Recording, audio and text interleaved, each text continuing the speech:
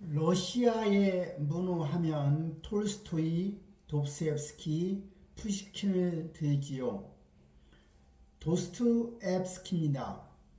1849년 12월 22일 아침이었습니다.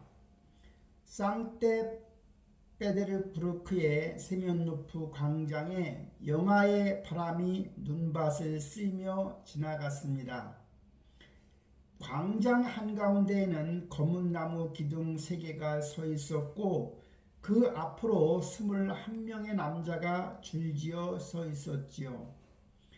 그 중에 28살 청년이 하나 있었습니다. 몸에는 흰 수의 한 장만 걸쳐져 있을 뿐이었습니다.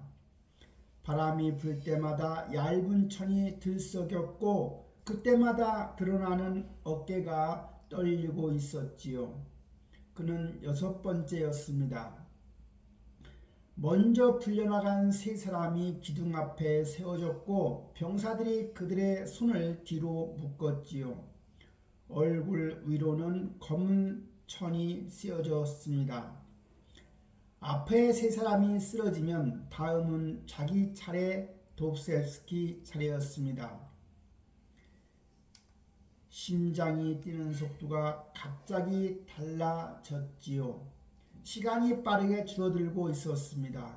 그는 남은 몇 분을 손에 움켜쥐듯 쪼갰지요. 동료들을 돌아볼 시간, 자기 삶을 떠올릴 시간, 그리고 이 세상을 마지막으로 눈에 담을 시간. 마지막 1분이 왔을 때 그는 고개를 들었습니다. 광장 너머 교회 지붕 위로 아침 빛이 번졌습니다. 십자가 끝에 걸린 빛이 찬 공기 속에서 가늘게 떨리고 있었습니다. 옆 사람의 입에서는 한숨이 길게 새어나왔지요. 사격주의 군화가 눈을 밟는 소리도 들렸습니다. 숨을 들이쉴 때마다 찬 공기가 목 안쪽을 긁으며 내려갔지요. 건너편 병사들이 일제히 총을 들었습니다. 검은 총구가 한 줄로 올라왔습니다. 그 순간 머릿속을 채우고 있던 것들이 한꺼번에 쓸려나갔지요. 정치도 사상도 그를 이 자리까지 끌고 온 모든 것이 한순간에 사라졌지요. 남은 것은 하나였습니다. 살고 싶다, 그냥 살고 싶다. 이 청년의 이름은 퓨도르 도스토옙스키입니다. 그날 이날 그는 살아남았지요. 하지만 그 뒤에도 여러 번 다른 모습의 지옥 앞에 서게 되었습니다. 시베리아의 감옥에서도 유럽 카지노의 불빛 앞에서도 그는 끝내 하나의 질문을 붙들고 살아갑니다. 인간은 어디까지 무너질 수 있는가? 그리고 그 바닥에서 무엇을 다시 일어서는가? 질병과 가난 그리고 광기가 뒤엉킨 모스크바의 어느 빈민병원 이야기는 그곳에서 시작됩니다. 1821년 늦가을 모스크바였습니다. 도심 외곽의 하층민 거주지 마린스키아 빈민병원의 관사에서 한 아이가 태어났지요. 관사 주변에는 범죄자들을 묻던 버려진 공동묘지가 있었고 그 옆에는 정신질환자들을 가두어 둔 낡은 병동이 또 그 옆에는 부모 잃은 영아들을 수용하는 고아원이 있었습니다. 퓨도르 도스토옙스키는 그곳에서 유년 생활을 했지요. 같은 시대 러시아 작가들 톨스토이나 투르게네프는 광활한 귀족 영지에서 유년을 보냈지요. 반면에 도스토옙스키는 출발점이 달랐습니다. 빈민병원 간사, 그곳이 그의 세계의 전부였습니다. 아버지는 아이들이 환자들과 접촉하는 것을 엄격히 금지했습니다. 그러나 호기심 많고 예민했던 퓨도르는 그 금지를 자주 넘어갔습니다. 병과 가난, 사회적 소외를 그는 어릴 때부터 가까이에서 보며 자랐지요. 훗날 그의 작품 전체를 관통하게 되는 고통받는 자들에 대한 시선은 바로 이 자리에서 심어졌습니다. 집안에는 서로 다른 두 부모가 있었지요. 아버지 미하일은 원래 성직자 가문 출신으로 귀족이 아니었습니다. 그런데 1828년 8급 문관이 되면서 세습 귀족 신분을 얻게 되었습니다. 그때부터 아버지는 그 체면에 강박적으로 매달리는 사람이 되었습니다. 가부장적이고 통제적이었으며 때로는 술에 기대며 폭력성을 드러내기도 했지요. 어머니 마리아는 달랐지요. 온화하고 신앙심이 깊었던 어머니는 4살이 된 아들 앞에 성경을 펼쳐두고 읽기 쓰기를 가르쳤습니다. 카람진의 역사서, 푸시킨의 시, 월터 스콧의 소설도 아이들에게 읽어주었습니다. 낮에는 아버지의 귤이 있었고 밤에는 어머니가 펼친 책이 있었습니다. 그는 두 세계를 함께 배우며 자랐습니다. 그런데 이 가족이 놓인 현실은 모순 그 자체였습니다.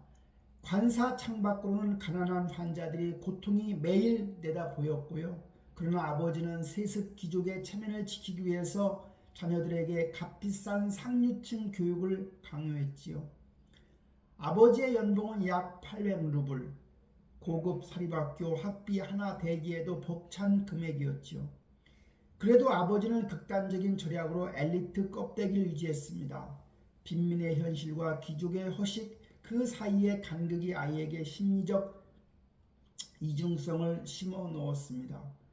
그의 작품에 등장하는 인물들이 있습니다. 가난하지만 자존심은 꺾이지 않는 하급관리, 스스로를 비하면서도 타인의 인정에 목말라 하는 자의식의 소유자, 그 원흉이 바로 이 관사의 모순 속에서 자랐습니다. 1837년 소년이 16살이 되던 해였습니다. 어머니가 괴력으로 세상을 떠났지요. 아내를 잃은 아버지는 우울증과 술에 더 깊이 빠져들었습니다. 그리고 어머니를 잃은 지 몇 달 만에 슬픔을 감당하지 못한 아버지는 두 아들의 상트페테르부르크의 군사공학학교로 보내버렸습니다. 애도할 시간도 없었지요. 어머니가 책을 읽어주던 방에서 하루아침에 차가운 병영으로 예민한 소녀는 낯선 도시의 병영으로 처음으로 혼자가 되었습니다. 어머니를 잃은 지 2년 되었습니다. 아버지가 시골 영지에서 돌연 사망했다는 소식이 전해졌지요. 공식적인 사인은 뇌졸중이었습니다. 그러나 영지 인근에서는 전혀 다른 소문들이 돌았고 있었습니다. 평소 가혹하게 굴던 아버지가 분노한 농노들의 손에 살해당했다는 이야기였습니다. 훗날 프로이드는 이 죽음에 특별한 해석을 남기기도 했습니다. 도스토옙스키가 아버지를 향해 품고 있던 억눌린 미움과 죄책감, 그것이 이후의 간질과 작품 세계에 깊이 남았다는 해석입니다. 다만 후대 연구자들은 이 해석에도 살해설 그 자체에도 의문을 제기해 왔습니다. 그러나 진실이 무엇인가 보다 중요한 것은 그가 그것을 어떻게 받아들였는가였습니다. 그는 아버지가 억압받던 농노들의 손에 살해당했다고 굳게 믿었습니다. 평소 아버지 통제에서 벗어나길 바랐던 은밀한 소방, 그것이 실제 폭력의 형태로 이루어지고 말았다는 감각, 그 감각이 청년의 내면에 지울 수 없는 죄책감을 새겨 넣었습니다. 그의 마음은 증오와 연민으로 얽혔습니다. 그날 이후에 선과 악, 죄와 구원이 뒤엉킨 인간이라는 존재가 그를 오래도록 따라다니게 됩니다. 그리고 그 안쪽 깊은 곳에서 답을 찾지 못한 질문 하나가 남았습니다. 인간은 왜 이토록 모순된 존재일까? 그 질문이 이제 그를 깊고 아득한 심연으로 이끌기 시작합니다. 상트페테르부르크의 군사공학학교, 어머니를 잃고 쫓겨난 듯 입학한 소년에게 그곳은 또 다른 형태의 감옥이었습니다. 필수 과목은 수학과 공학이었지만 그의 마음은 전혀 다른 곳에 가 있었습니다. 숫자와 도면 앞에 앉을 때마다 숨이 콱콱 막혀왔지요. 기계적이고 억압적인 군사 규율은 그의 예민한 기질과 매일같이 부딪혔습니다. 견디기 어려울 때마다 그는 책 속으로 파고들었습니다. 발자크, 미국, 고골, 그들의 문장만이 이곳의 벽 너머로 이어지는 유일한 통로였습니다. 1843년 그는 공병 소위로 임관의 도면 제작소에 배치되었습니다. 그러나 책상 앞에 앉은 지 1년 만에 장교복을 벗어버립니다. 이유는 하나였지요. 전업 작가로 살겠다는 것. 문제는 그의 손에 아무것도 없다는 사실이었습니다. 아버지가 죽은 뒤로 영지에서 오던 돈은 끊긴 지 오래였습니다. 장교 월급마저 스스로 포기한 상태였지요. 글쓰기 하나로 방세와 빚을 감당해야 했습니다. 그는 번역으로 버텼습니다. 발자크의 에제니 그랑데를 러시아로 옮기며 밤을 새웠습니다. 그래도 주머니는 늘 비어 있었죠. 그런 나날 속에서 그는 첫 소설에 매달렸습니다. 이 한 권에 자기 전부를 걸었지요. 1845년 마침내 원고가 완성되었습니다. 제목은 가난한 사람들, 하급 관리 마카르와 가난한 재봉사 바르바르가 주고받는 편지로만 이루어진 소설이었습니다. 그는 이 원고를 친구 그리고로비치에게 건넸습니다. 그리고 비치는 그것을 들고 시인 네크라소프에게 달려갔습니다.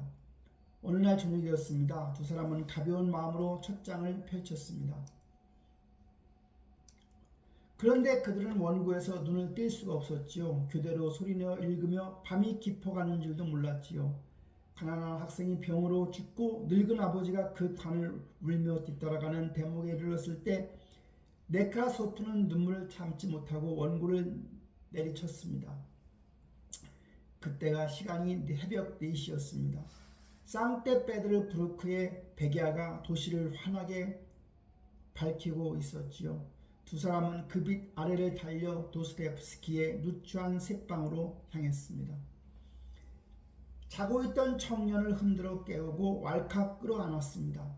자네는 천재야. 두 사람은 그렇게 잊혔습니다. 빛과 고립 속에 갇혀있던 청년이 세상과 처음으로 연결되는 순간이었습니다. 다음날 아침 네크라소프는 원고를 들고 달려갔습니다.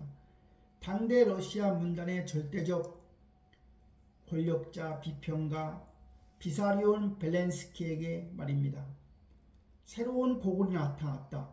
네크라소프는 이렇게 잊혔습니다.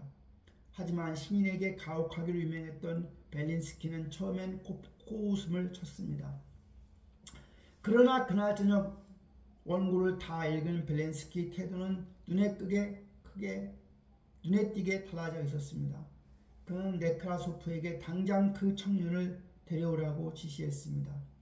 도스토옙스키를 마주한 벨린스키는 상기된 목소리로 수단했습니다. 자네는 20살에 불과한데 어떻게 이 무서운 진실의 깊이를 꿰뚫어 보는가. 모든 것이 바뀌었습니다. 빈민병원 관사에서 자란 아이가 하루아침에 상테페테르부르크의 문단의 총화가 되었던 겁니다. 그러나 그 영광은 너무 짧았지요. 불과 한 달 뒤 첫 성공의 여운이 채 가시기도 전이었습니다. 그는 두 번째 소설 분신을 내놓았습니다. 하급 관리 골리아드 킹이 자신과 똑같이 생긴 또 하나의 자기에게 삶을 빼앗기며 미쳐가는 이야기였습니다. 당시 러시아 문단이 받아들일 수 있는 사실주의 경계를 한참 넘어선 작품이었지요. 그의 기대와 달리 반응은 냉담했습니다. 한 달 전 그를 문단의 신성처럼 지켜세우던 벨린스키조차 곧바로 등을 돌렸지요.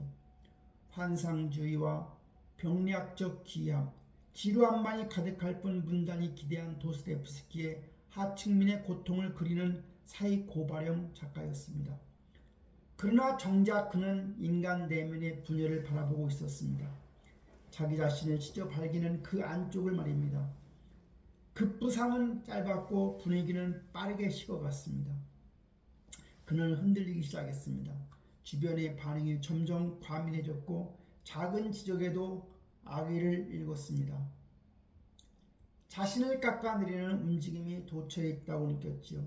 그는 형에게 보낸 편지에서 이런 불신을 고스란히 드러냅니다. 이제 그들은 내가 오만함으로 미쳐버렸다고 소문을 내고 다닌다. 네크라소프는 이제 나를 끌어내리려 작정했다. 주류 문단과의 거리가 빠르게 벌어지자 그 감각은 기득권 전체에 대한 반감으로 자라났습니다. 그리고 그 반감은 그를 어두운 모임으로 이끌게 되었지요. 당대 러시아에서 가장 위험한 사상을 논하던 급진주의 서클 페트라셉스키 모임이었습니다. 그곳에서 그는 샤를 프릴의 공상적 사회주의를 접했습니다.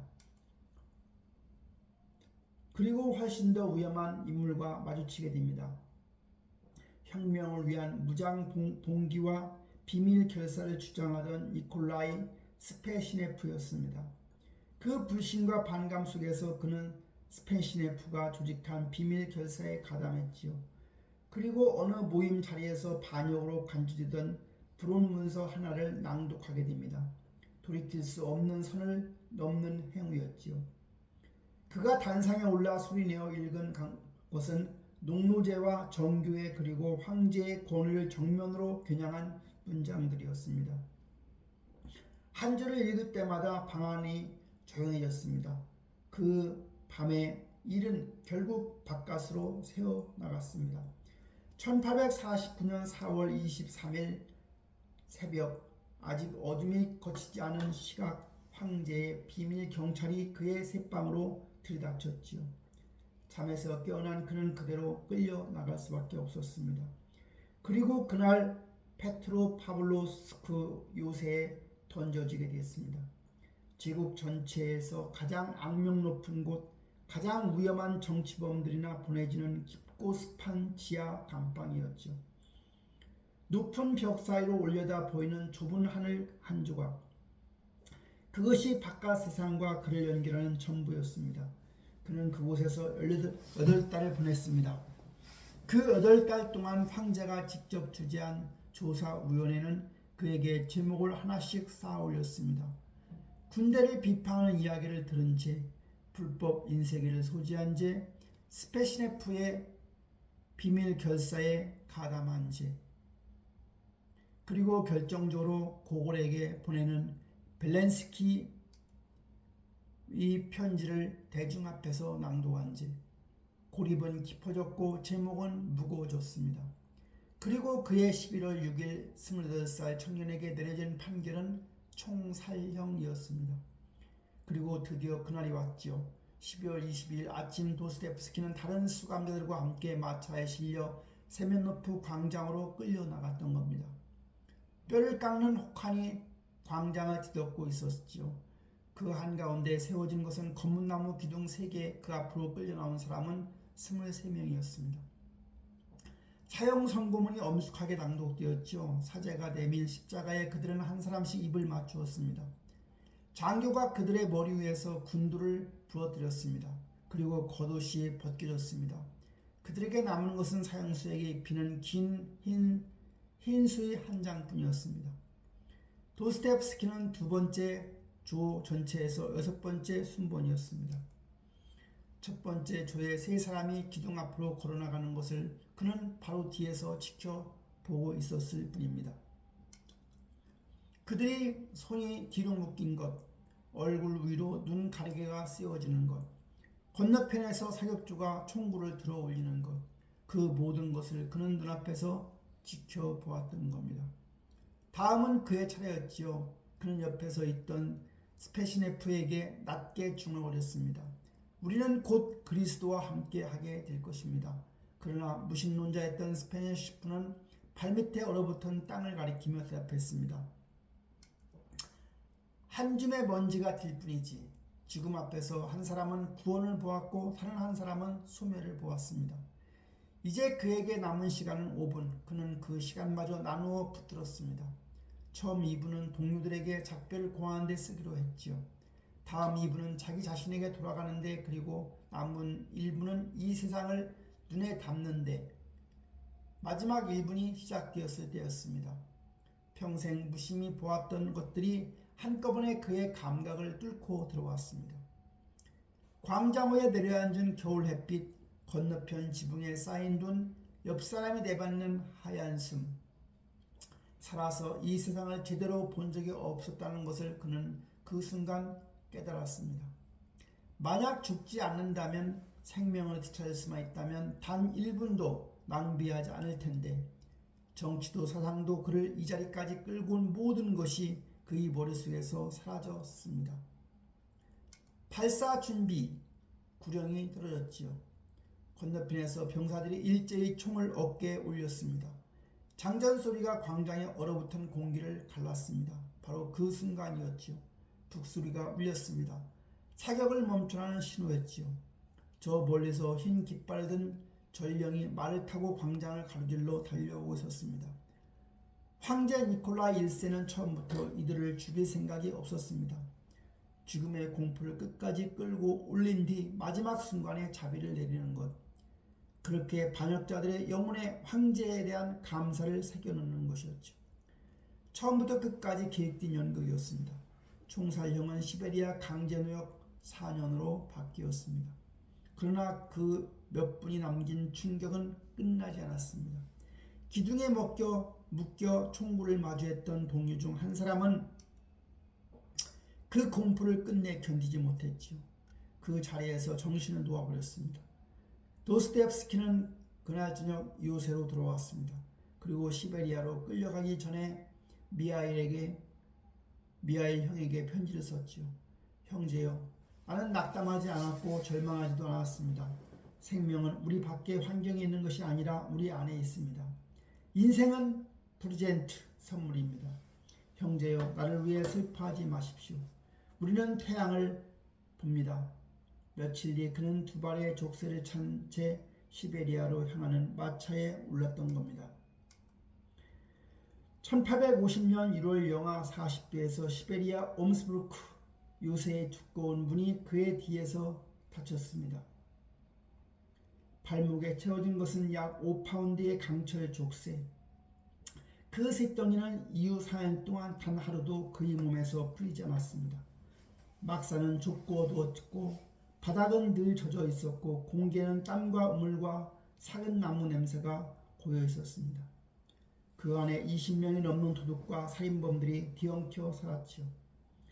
그들 사이에 떨어진 사람이 귀족 출신의 젊은 작가, 그들이 가장 증오하던 계급이었습니다. 침이 날아왔지요. 조롱이 따라붙었습니다. 4년 동안 그는 단 1분도 혼자일 수 없었습니다. 쓸 수 없다는 것, 그것이 그에게 큰 형벌이었습니다. 종이도 펜도 금지되었죠. 머릿속은 문장들로 가득 차는데 꺼낼 길이 없었습니다. 혼자가 될 수 없는 감옥 안에서 쓰지 못하는 작가는 하루하루 안쪽에서부터 갉아 먹혀갔습니다. 간질, 발작이 본격적으로 시작된 것이 바로 이 무렵이었습니다. 온몸이 빳빳하게 굳습니다. 입에서 거품이 흐릅니다. 의식이 툭 끊깁니다. 발작이 지나가고 나면 텅 빈 몸을 다시 일으켜 족쇄를 끌고 노역장으로 가야 했습니다. 평생 그를 놓아주지 않을 병, 그 시작점이 바로 이 감옥이었습니다. 그 몸과 정신을 붙들어 준 것이 딱 하나 있었죠. 시베리아로 끌려오던 날 토불스코에서 데카브리스트의 아내들이 그의 얼어붙은 손을 몰래 쥐어준 낡은 신약성서 한 권 안에서 허용된 유일한 책이었지요. 그는 그것을 베개 앞에 두고 밤마다 펼쳤습니다. 그를 모르는 지수들에게 소리내어 읽어주기로 했지요. 바깥에서 배운 서구의 사상도, 급진서클에서 품었던 이상도 이 감옥 안에서는 아무 쓸모가 없었습니다. 오직 이 낡은 책 한 권만이 흔들리는 그의 정신을 간신히 붙들어주고 있었습니다. 바깥에서 품고 들어온 신념도 그곳에서 찢겨나갔습니다. 페트랍세키 서클 시절 그에게 민중은 순박하고 고결한 이름이었죠. 농노들, 가난한 농민들, 구원받아야 할 사람들, 그러나 옵스케에서 그가 마주한 민중은 아버지를 죽이고 온 자였고 밀수꾼이었으며 사람을 때려 죽이고 들어온 자이었습니다. 잔혹하고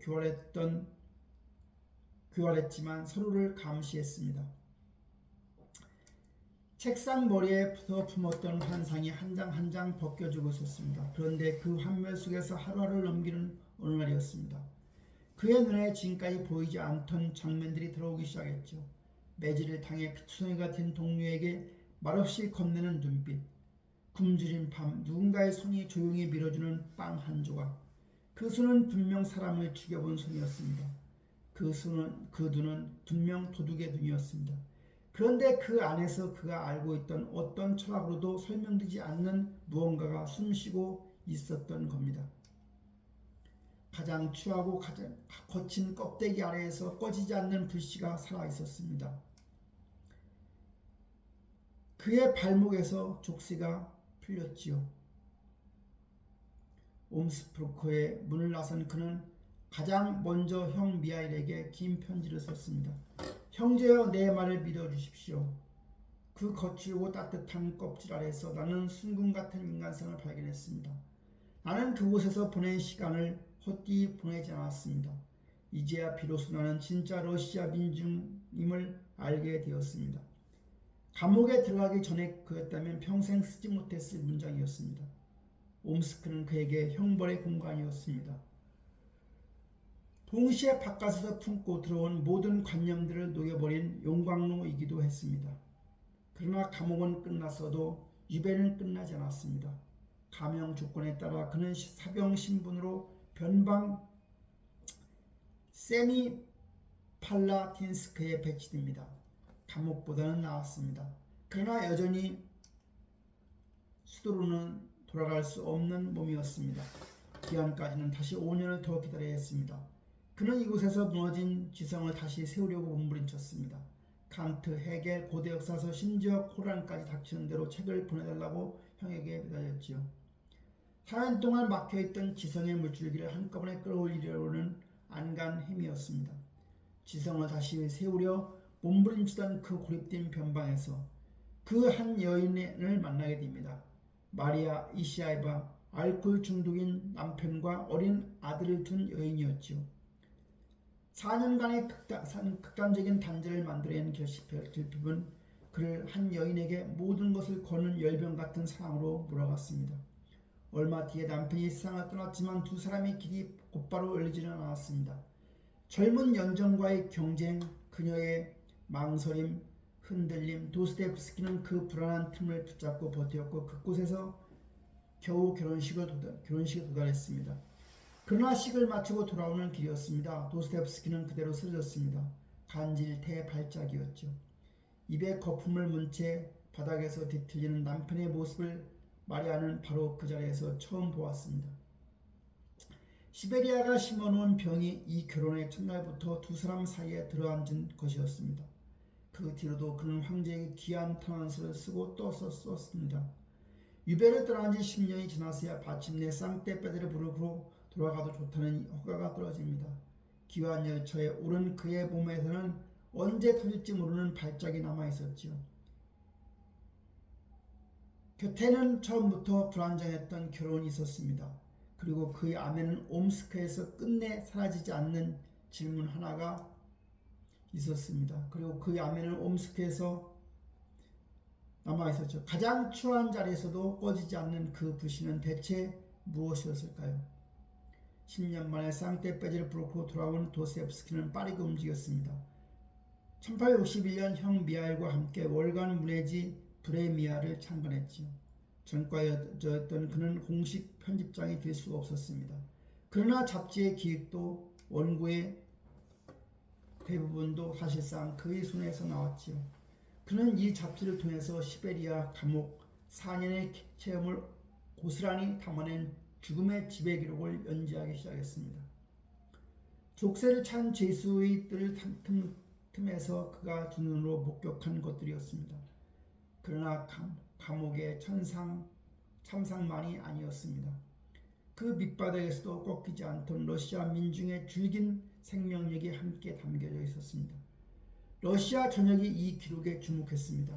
톨스토이를 비롯한 당대 문인들이 극찬을 보냈습니다. 브레미아는 상업적으로 비평적으로도 성공을 거두었습니다. 그는 에드가 앨런 포의 단편들을 러시아에 처음으로 소개했고 자신의 소설 상처받은 사람들도 함께 연재했습니다. 10년 만에 돌아온 남자가 이번에는 문단의 한복판으로 당당히 걸어 들어가고 있었습니다. 그러나 그 기세는 오래가지 못했지요. 1863년 브레미아에 실린 한 기사가 검열 당국의 심기를 건드렸지요.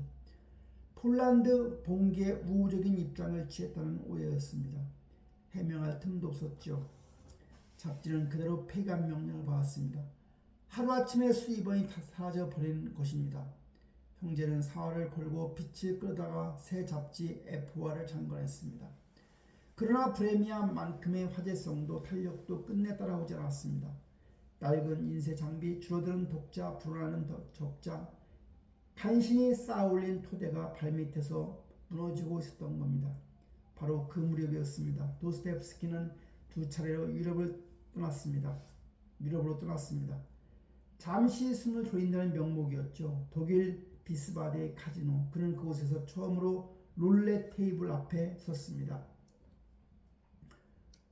공화학교에서 수학과 설계를 익힌 남자였죠. 그에게 롤렛은 확률의 문제였습니다. 자신의 이성이라면 제어할 수 있다고 믿었습니다. 운명조차 곁들일 수 있다는 오만이, 그것이 그를 테이블 앞에 앉혔습니다. 처음 몇 번은 이겼습니다. 그러나 이기는 순간 통그릇이 무너졌습니다. 읽기 시작하면 더 걸었습니다. 이성으로 운명을 꺾겠다던 남자가 정작 자기 자신을 끝내 꺾지 못하고 있었습니다. 그 위험한 균열은 이내 그의 삶 전체로 번져나갔지요. 그리고 1864년 그의 생애에서 가장 잔인한 해가 시작되었습니다. 4월이었습니다. 오랫동안 결핵으로 투병하던 아내 마리아가 피를 토하며 세상을 떠났습니다. 불행한 결혼이었습니다. 그러나 함께 버틴 시간이 그렇게 끝나버렸다는 사실은 그를 깊이 짓눌렀습니다. 슬픔을 추스릴 시간조차 주어지지 않았습니다. 불과 석 달 뒤에 7월 그는 유일한 버팀목이었던 형 미하일이 쓰러졌습니다. 과로와 스트레스가 그를 갉아먹고 있었던 겁니다. 형은 그대로 돌아오지 못했습니다. 아내를 잃고 채 숨을 돌리기도 전에 평생을 함께 버텨온 형마저 사라져버린 것입니다. 형을 차가운 흙속에 묻고 돌아오는 밤, 그는 기다리고 있던 것은 현실이었습니다. 잡지 사업이 남긴 약 2만 루블의 부채. 당시 작가의 원고료는 평생을 써도 갚기 어려운 금액이었습니다. 갈 곳 없는 형수와 조카들, 죽은 아내가 남긴 의붓 아들 피샤, 먹여 살려야 할 사람들이 전부 그에게로 쏟아졌습니다. 다음날 아침부터 문을 두드리기 시작한 것은 채권자들이었습니다. 당시 러시아에는 채무자 감옥이라는 것이 있었죠. 빚을 갚지 못하면 감옥에 가두고 채권자의 가족이나 지인들이 대신 돈을 내주기를 기다리는 구조였습니다. 빚이 100루블만 넘어도 감옥행이 가능했습니다. 2만 루블의 빚을 진 그에게 그것은 언제 닥쳐도 이상하지 않는 위협이었습니다. 그는 채권자들을 피해 수시로 거처를 옮겨야만 했습니다. 문을 두드리는 소리가 들리면 몸을 낮추었습니다. 빚은 줄지 않았지요. 오히려 이자를 낳으며 하루가 더욱 다르게 불어났습니다. 채권자 감옥의 그림자가 점점 가까이 다가오고 있었습니다. 나는 병든 인간이다. 나는 악에 찬 인간이다. 나는 호감을 주지 못하는 사나이다. 지하로부터 수기는 이렇게 시작됩니다. 이 작품의 화자는 이름조차 없습니다. 세상과 단절된 채 혼자 수기를 써내려가는 남자입니다. 예민하고 비뚤어졌고 자존심과 열등감이 뒤엉킨 인물, 문학 평론가들과 독자들은 이 이름 없는 화자를 흔히 지하인이라고 부릅니다. 왜 하필 첫 문장부터 이런 인간이 튀어나왔을까요? 아내와 형을 잃고 감당할 수 없는 빚에 짓눌리고 채권자들의 압박 속에 갇힌 도스토옙스키는 더 이상 인간을 반듯하고 이성적인 존재로 볼 수 없었기 때문입니다. 인간은 계산대로 움직이지 않지요. 스스로에게 해가 되는 길이라면 걸 알면서 끝내 삐뚤어지고 고집을 꺾지 않는 존재 지하로부터 숙이는 바로 그 어둡고 불편한 진실에서 태어난 짝이었습니다. 1865년 도스토옙스키 마지막 발판이던 F화가 문을 닫았습니다. 수입은 끊겼고 빚은 그대로였습니다. 채무자 감옥의 그림자가 몸 위까지 차오르던 어느 날 한 남자가 손을 내밀었지요.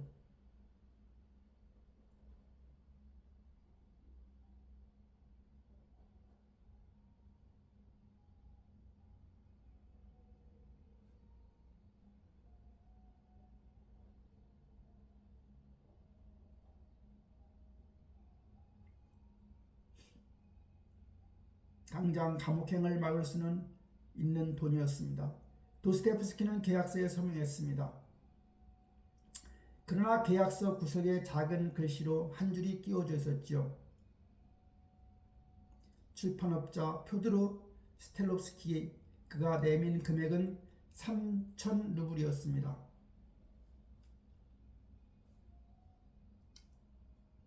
1866년 11월 1일까지 장편 소설 한 편을 새로 써서 넘길 것.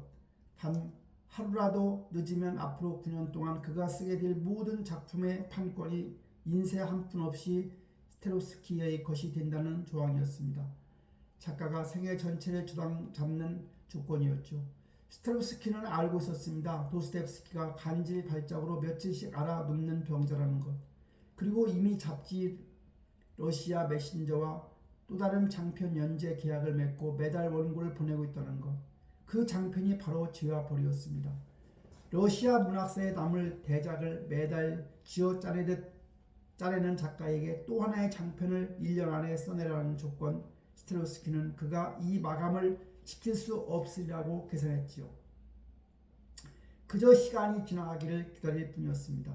스텔롭스키의 마감까지 한 달이 남았습니다. 그러나 도스토옙스키는 그에게 줄 소설에 대해 단 한 줄도 쓰지 못한 상태였습니다. 죄와 벌의 다음 해 원고를 넘기느라 그쪽에 손댈 틈이 없었던 것이죠. 보다 못한 친구들이 모여 제안했습니다. 소설의 뼈대는 우리가 나눠 써줄 테니 당신의 이름으로 내라는 것이었습니다. 그러나 도스토옙스키는 거절했습니다. 내 이름이 붙은 소설에 남의 손이 들어갈 수는 없었습니다. 그 벼랑 끝에서 그는 다시 도박장으로 갔습니다. 빚을 막아보려는 마지막 시도였지요. 룰렛 테이블에 앉은 그는 몇 시간 만에 가진 돈을 전부 잃었습니다.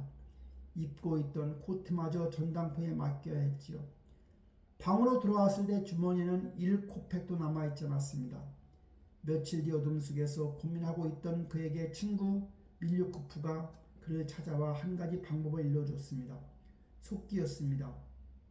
입으로 소설을 불러주면 전문 속기사가 그것을 받아 적는 방식이었죠. 1866년 10월 4일 검은 드레스를 입은 젊은 여성이 도스토옙스키의 아파트 문을 두드렸습니다. 20살의 안나 스니 특기나 속기 과정을 수석으로 막 졸업한 참이었습니다.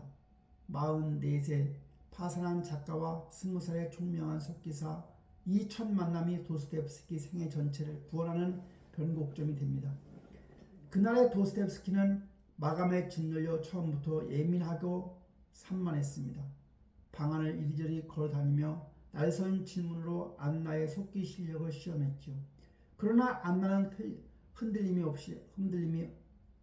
없었습니다. 그의 예민함에 맞서지도 위축되지도 않았지요. 사무적이고 차분한 목소리로 하나하나 답해 나갔습니다. 방안을 가득 채우던 작가의 긴장이 그 조용한 응답 앞에서 조금씩 풀리고 있었습니다. 그날부터 26일간 강행군이 시작되었죠. 매일 정오 안나가 그의 아파트를 왔습니다. 도스토옙스키는 방안을 왔다 갔다 하며 구슬했고 안나는 그 말들을 속기 부호로 받아 적었습니다. 오후 4시에 구슬이 끝나면 그녀는 원고뭉치를 들고 집으로 돌아가 밤새 그 부호를 해두겠습니다. 그리고 다음날 아침 읽을 수 있는 원고로 정서에 다시 그의 문 앞에 섰습니다. 그렇게 하루가 닫히고 다시 열렸습니다. 26일 동안 두 사람의 호흡은 단 한 번도 끊기지 않았습니다. 그들이 써내려간 소설의 제목은 도박사였습니다. 비스바덴의 카지노에서 그가 겪었던 롤렛의 광기, 지난 연인과의 파기적이었던 관계, 그가 가장 숨기고 싶었을 자기 자신의 밑바닥을 그는 이 소설에 그대로 밀어넣고 있었습니다. 마감에 쫓겨 급조한 원고의 자리에 자기 생의 가장 어두운 구간이 통째로 들어앉고 있었던 것입니다. 10월 29일 마감을 이틀 앞둔 그 오후, 도스토옙스키의 구슬이 먹고 안나의 펜이 멈췄습니다. 도박사가 완성된 순간이었습니다. 26일 기적, 불가능하다 여겨졌던 장편 한 편이 두 사람 사이에서 태어나 있었습니다. 그러나 진짜 함정은 그때부터 시작되고 있었습니다. 마감일 도스토옙스키의 원고를 들고 스텔로스키의 사무실을 찾아갔을 때 문이 잠겨 있었습니다. 스텔로스키는 쌍떼 빼지를 부르크에 없었지요. 원고를 받지 않으려고 일부러 도시를 빠져나가 있었던 것입니다. 원고를 받아주는 사람이 없으면 서류상으로 마감을 넘긴 것이 됩니다. 9년의 판권이 그대로 자기 손에 떨어지도록 스텔로스키는 자기 사무실 문까지 잠그고 달아난 것이었습니다. 도스토옙스키는 쥐었던 짜낸 원고를 손에 든 채 닫힌 문 앞에서 그대로 얼어붙고 말았습니다. 그때 움직인 사람은 안나였습니다. 그녀는 경찰서장에게 달려갔고 다시 지역 공증인 사무소로 향했습니다. 원고가 마감 전에 제출되었다는 사실을 공식 문서로 남기기 위해 서였습니다. 그리고 마감이 지나기 단 2시간 전 도스토옙스키는 공증인 앞에서 원고 접수증을 손에 쥐었습니다. 안나의 기지가 9년의 판권을 지켜낸 순간이었죠. 이 종이 한 장이 없었다면 이후 그가 쓰게 된 백치도,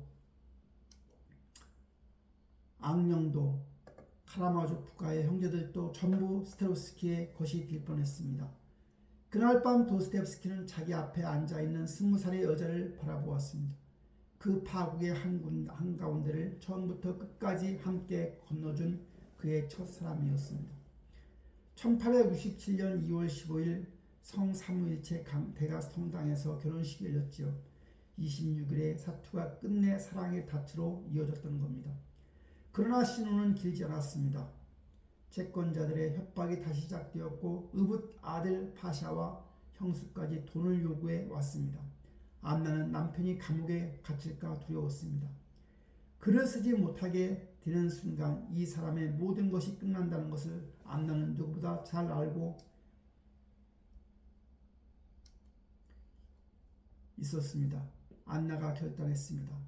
결혼 예물, 보석들, 은식기, 레이스, 가재 도구까지 전부 전당포에 맡겼습니다.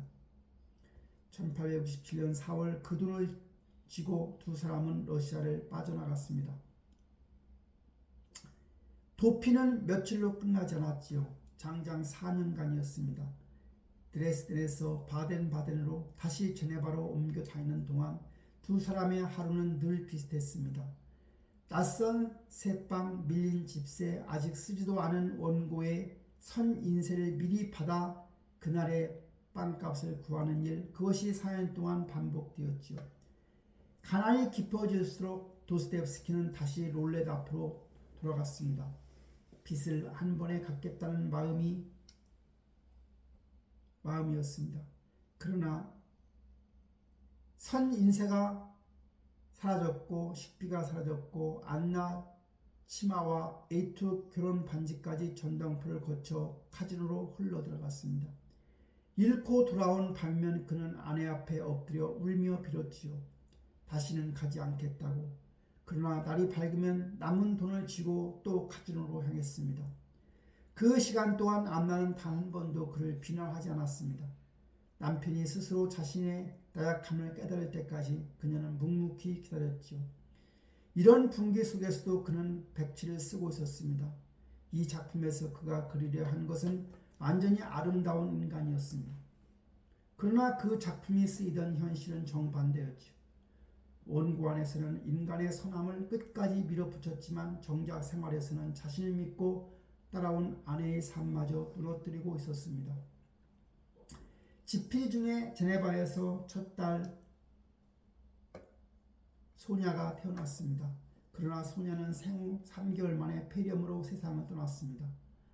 아이를 데려가는 것은 병이었습니다. 그러나 도스토옙스키는 자신을 탓했습니다. 가난으로 가정을 어지럽히지만 않았어도 그 작은 생명을 지킬 수 있었을지 모른다고 그 생각이 그를 놓아주지 않았습니다. 하지만 슬픔이 원고리와 집세를 멈춰주지는 않았습니다. 그는 무너진 채로 다시 책상 앞에 앉아야 했습니다. 그렇게 돌아온 원고 위에서 작품의 질문은 한층 깊어졌습니다. 인간은 무엇으로 무너지고 무엇으로 구원받을 수 있을까? 그 무렵 그는 타국 새방에서 러시아 신문을 펼쳐들었습니다. 1869년 11월 러시아를 흔들던 불안은 하나의 사건으로 터져나왔습니다. 급진주의자 네차예프가 이끄는 비밀 조직이 조직을 떠나려던 대학생 이바노프를 배신자로 보라 살해한 사건이었죠. 인간을 구원하겠다는 이념이 한 인간의 목숨을 도구처럼 짓밟는 셈이었습니다. 도스토옙스키는 이 사건을 남의 일로 읽을 수가 없었습니다. 젊은 시절 그 자신도 페트랍스키 서클에서 사상의 발을 들였고 그 끝에서 사형대 앞까지 가본 적이 있었기 때문입니다. 네차이프 사건은 그에게 깊은 흔적을 남겼습니다. 러시아가 어디로 흘러가고 있는지 그리고 자신이 한때 가까이 갔던 그 길이 어디까지 어두워질 수 있는지를 보여주는 표식이었습니다. 그러나 그 흔적이 곧바로 그의 삶을 바꾸지는 못했습니다. 도피는 계속되었고 빛은 줄지 않았으며 롤렛의 유혹도 사라지지 않았습니다. 조국을 향한 불안은 자라고 있었지만 정작 자기 발밑에 무질서는 그대로였습니다. 그러다가 1871년 4월 비스바덴이었습니다. 그는 안나가 어렵게 보내준 마지막 30달러를 들고 다시 카지노를 향했습니다. 그리고 그 돈마저 잃고 말았습니다. 그런데 이번 패배 뒤에는 다시 시작할 수 있다는 생각이 따라오지 않았습니다. 그제야 보였습니다. 빚을 갚겠다는 그 말 뒤에는 도박을 멈추지 못하는 자신이 숨어 있었던 겁니다. 거의 10년 동안 그를 끌고 다닌 것은 롤렛이 아니라 그 변명이었습니다. 그 오래된 착각이 마지막 30달러와 함께 끝났습니다. 비스바덴의 그 배팅 이후 그는 세상을 떠날 때까지 단 한 번도 카지노 근처에 가지 않았습니다. 10년의 싸움이 마침내 끝난 것이었죠. 그것은 안나의 헌신에 대한 뒤늦은 응답이었습니다. 그리고 자신의 이성으로 욕망을 통제할 수 있다는 오만을 끝내 내려놓을 자리이기도 했고요. 그해 여름 4년의 도피를 정산하고 쌍떼빼지를 무릎으로 돌아온 그는 다시 책상 앞에 앉았습니다. 유럽에서 키운 조국에 대한 불안, 가슴에 박힌 네차이프 사건, 비스바덴에서 끊어낸 자기 아내 강박, 이 셋이 한 작품 안으로 모여들었습니다. 제목은 악령이었습니다. 러시아의 한 지방 도시에 들어온 급진 사상에 빠진 젊은이들의 이야기였지요.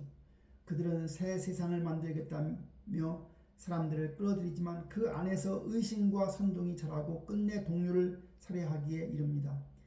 사상이 인간을 도구로 만드는 순간 공동체가 어떻게 무너지는지를 보여주는 소설이었습니다. 악령 이후에 그의 위치는 달라졌지요. 죄와 벌로 그의 천재성을 부인하는 사람은 없었습니다. 다만 빚과 도박에서 헤어나오지 못하는 그 모습은 문단에서 오래도록 비웃음의 대상이었습니다. 그러나 악령은 그를 러시아 사이의 이념 논쟁 한복판에 세웠습니다. 여기에 안나의 출판 운영이 더해지면서 그는 빚과 출판업자의 굴레에서 벗어날 발판을 마련하게 됩니다. 자기 안에 어둠을 꺼내는 그는 러시아 사이에 자라나던 악령을 응시하기 시작했습니다. 죄와 신앙, 허무와 구원, 그 질문 앞에 선 러시아가 이제 그의 목소리를 기다리고 있었습니다. 그의 이름은 러시아 전역으로 퍼져나가고 있었습니다. 상떼페테르부르크, 쿠즈네치니 골목 그의 서재는 아침마다 편지가 자루째에 들어왔습니다. 보낸 사람들은 제각각이었지요. 시골 영지의 가난한 학생부터 길을 잃은 청년, 불행한 결혼에 갇힌 여인, 신앙과 허무 사이에서 흔들리는 지식인, 1814년 첫 연재를 시작한 작가 일기가 어느 사회인가 독자들과 그를 직접 잇는 가장 가까운 창구가 되었던 겁니다. 당시 러시아는 깊은 혼란 속에 빠졌지요. 농노제는 폐지되었지만 민중의 삶은 안정되지 않았고 도시로 몰려든 젊은 세대는 서구의 새 세상에 흔들렸습니다. 아버지 세대의 신앙과 권위는 힘을 잃어가고 있었지요. 유럽을 따라가야 할까, 러시아의 뿌리를 지켜야 할까, 지식인들은 갈라졌고 사람들은 이 혼란을 설명해 줄 목소리를 찾고 있었습니다. 독자들은 자기 시대의 불안과 남에게 말하지 못한 고통을 들고 그에게 묻기 시작했습니다. 인간의 가장 깊은 바다까지 내려갔다 돌아온 사람이라는 것을 그들은 알고 있었습니다. 그는 피하지 않았습니다. 삐뚤삐뚤한 글씨로 쓰인 가난한 사람들의 고백을 읽었고 분노에 찬 청년들의 항변을 받았습니다. 때로는 지변으로 많은 독자에게 답했고 때로는 이름 모를 한 사람에게 편지를 썼습니다. 그렇게 작가 일기는 한 작가의 잡지를 넘어 러시아가 자기 혼란을 비춰보는 창이 되어가고 있었습니다. 1875년 발표한 미성년에서도 그는 이 균열을 파고들었습니다. 중심에는 다시 젊은 세대가 있었습니다. 아버지의 권위는 흔들리고 아들은 돈과 사상, 인정받고 싶은 욕망 사이에서 갈피를 잡지 못했습니다. 도스토옙스키는 이 혼란을 한 가정의 일로 보지 않았습니다. 신앙과 권위가 무너진 시대가 젊은 영혼에게 남긴 상처로 보고 있었지요. 시대의 상처를 바라보던 그의 시선은 곧 자기 집안으로 돌아오게 됩니다. 사회를 향해 펜을 들던 작가에게 한 아버지로서 감당해야 할 상실이 또다시 찾아왔습니다.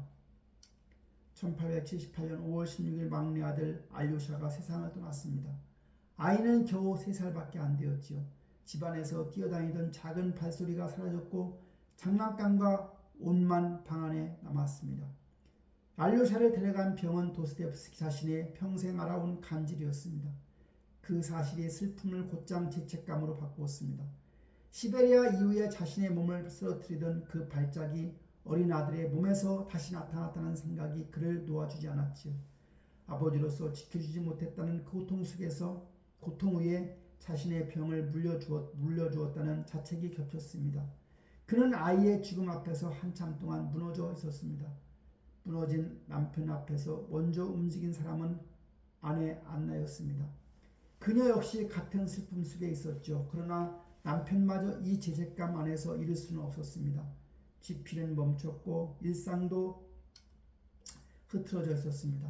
안나는 남편의 오랜 보시자 젊은 철학자였던 블라디미르 술브루프를 찾아갔습니다. 남편을 데리고 옵티나 수도원으로 함께 떠나달라는 부탁이었습니다. 그렇게 1878년 여름 도스토옙스키는 솔로비우프와 함께 모스크바 남서 쪽에 있는 옵티나 수도원으로 향했습니다. 옵티나 수도원은 당시 러시아 지식인들에게 특별한 장소였습니다. 인생의 방향을 잃은 사람들이 그곳에 장로들을 찾아갔습니다. 보골, 렌티에프, 톨스토이 같은 당대의 지식인들조차 길을 잃었을 때 그 문을 두드렸지요. 장로들은 제도의 권위가 아니라 사람의 내면을 꿰뚫어보고 고통을 받아주는 존재였습니다. 도스토옙스키는 그곳에서 암브로시 장로를 만났습니다. 암브로시의 힘은 신비한 기적이나 독심술이 아니었습니다. 찾아온 사람을 있는 그대로 받아주는 깊은 사랑이었습니다. 위로받으려 하지 마십시오. 그것은 이 땅에서 부모들에게 주어진 몫입니다. 다만 당신의 아이가 지금 눈물 없는 곳에서 하나님을 바라보고 있음을 기억하시기 바랍니다. 그 말이 상실을 지어주지는 못했지요. 그러나 도스토옙스키 안에서 방향을 바꾸는 말이 되었습니다. 아이의 죽음은 더 이상 분노와 허물로만 굳어있지 않았습니다.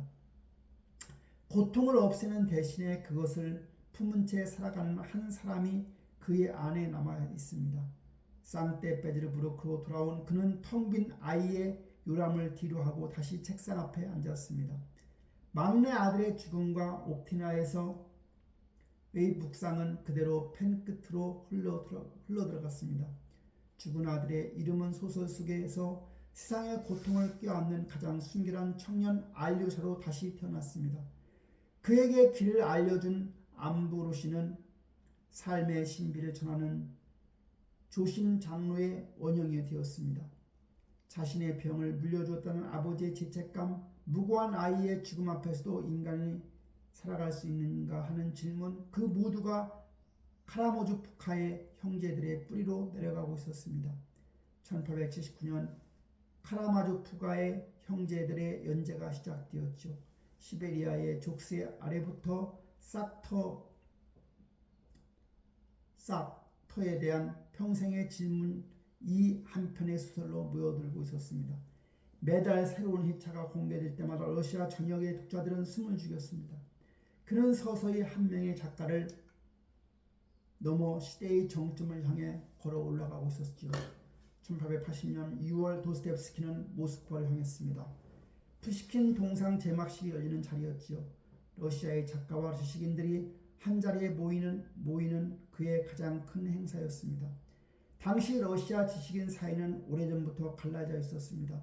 한쪽은 유럽의 이성과 제도를 따라가야 한다고 믿었고요. 다른 한쪽은 러시아 고유의 신앙과 민중의 뿌리를 붙들어야 한다고 믿었습니다. 그 대립은 문학의 이름 아래서도 쉽게 사라지지 않았고 도스토옙스키 역시 그 갈등의 한가운데 서 있었습니다. 그는 이 자리가 어려운 자리가 되리라는 것을 알고 있었습니다. 그래도 피하지 않았습니다. 자신이 믿는 진실을 말해야 한다고 여겼습니다.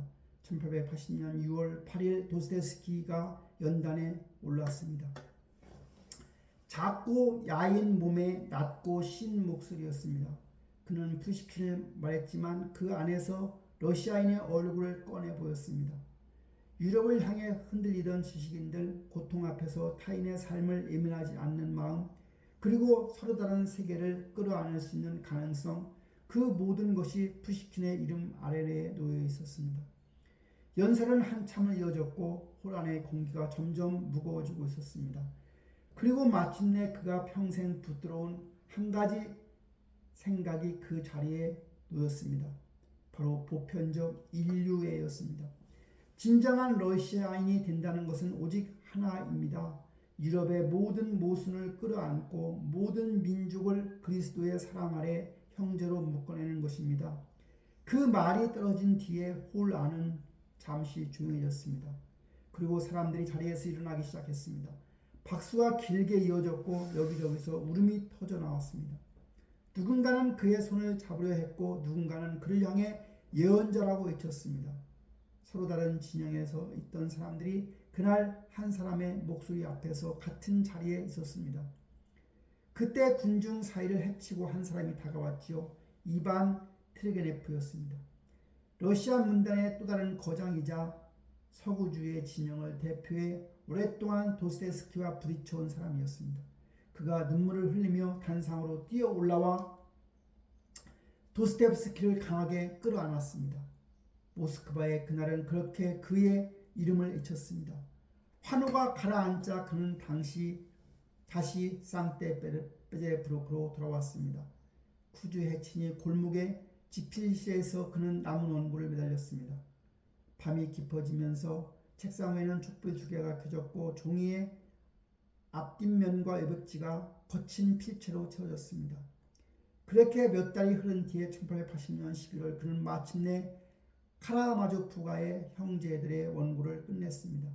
어린 시절부터 그가 따라다니던 아버지의 죽음, 사형대 앞에서 붙든 생명, 시베리아 감옥에서 본 제수들의 얼굴, 3살배기 아들 알료샤를 잃은 슬픔, 그리고 죄를 지은 인간도 다시 돌아올 수 있는가 하는 물음, 끝나지 않던 질문을 마지막까지 밀고 간 것이었습니다.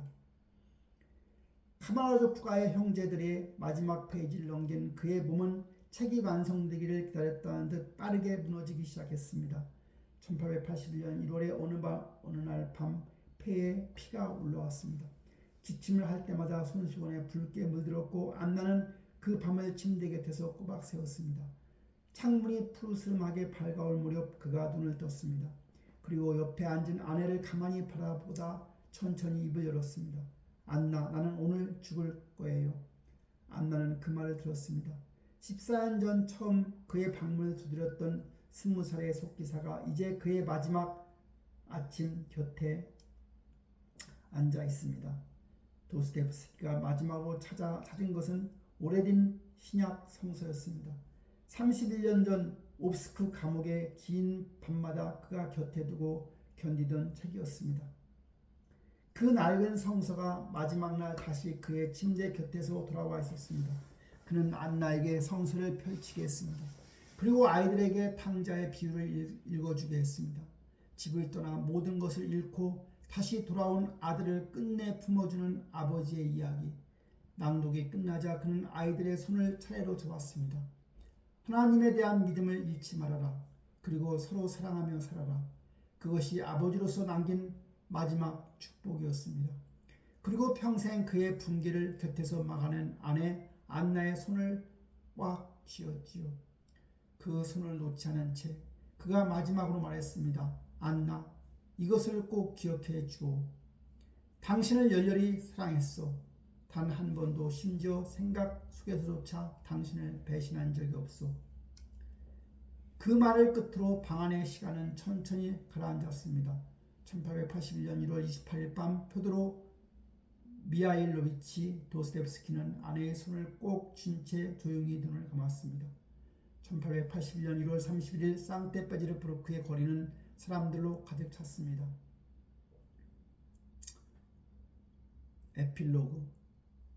무려 3만 명이 넘게 장례식에 참여했습니다. 한 작가의 장례에 이만큼 몰린 적은 없었다고 하지요. 쿠즈네 친이 골목의 집에서 시작된 행렬은 알렉산드르 네프스키 수도원으로 향했습니다. 정부 고위 관료와 귀족이 걸었고 그 옆을 급진적 학생들이 걸었습니다. 또 작가들도 걸었고 영세 상인과 노동자들도 걸었습니다. 그리고 그가 평생 수혈 속에서 변해온 사람들, 가난한 사람들, 이름 없는 사람들이 그의 관을 따라 걸어갔지요. 러시아 전역에서 보내온 조화들의 행렬이 앞에 섰고 사람들은 추운 거리 위에서 오래도록 그의 마지막 길을 지켜보았습니다. 그의 유해는 알렉산드르 네프스키 수도원의 티읍인 묘지에 안장되었습니다. 묘비에는 그가 직접 골라둔 성경 구절이 새겨졌습니다. 내가 진실로 너희에게 이르노니 한 알의 밀이 땅에 떨어져 죽지 아니하면 한 알 그대로 있고 죽으면 많은 열매를 맺느니라. 카라모조프가의 형제들의 첫 장에 그가 직접 적어둔 구절이었습니다. 한 알의 밀알이 땅에 떨어져 죽어야 비로소 많은 열매를 맺는다는 말. 사형대 앞에 새벽 시베리아 수용소의 4년 간질의 발작, 도박의 수렁, 어린아들의 죽음, 그 모든 시면의 끝에서 그는 끝내 인간의 구원을 본 작가가 되었던 겁니다. 그 자신이 한 알의 밀알이었습니다. 살다 보면 다 끝난다고 느끼는 순간이 있습니다. 견디던 것이 무너지고 더는 떨어질 곳도 없는 바닥. 도스토옙스키는 그 바닥을 한 번이 아니라 평생 반복해서 지나간 사람이었지요. 살고 싶다고 절규한 사람이 다시 스스로를 무너뜨렸고 사람을 사랑하고 싶었던 사람이 정작 자기 곁부터 아프게 했습니다. 그런데도 그가 끝내 놓지 않았던 것이 있습니다. 여기가 끝은 아닐 수도 있다는 것. 무너진 자리에도 인간은 다시 돌아올 수 있다는 것이었습니다.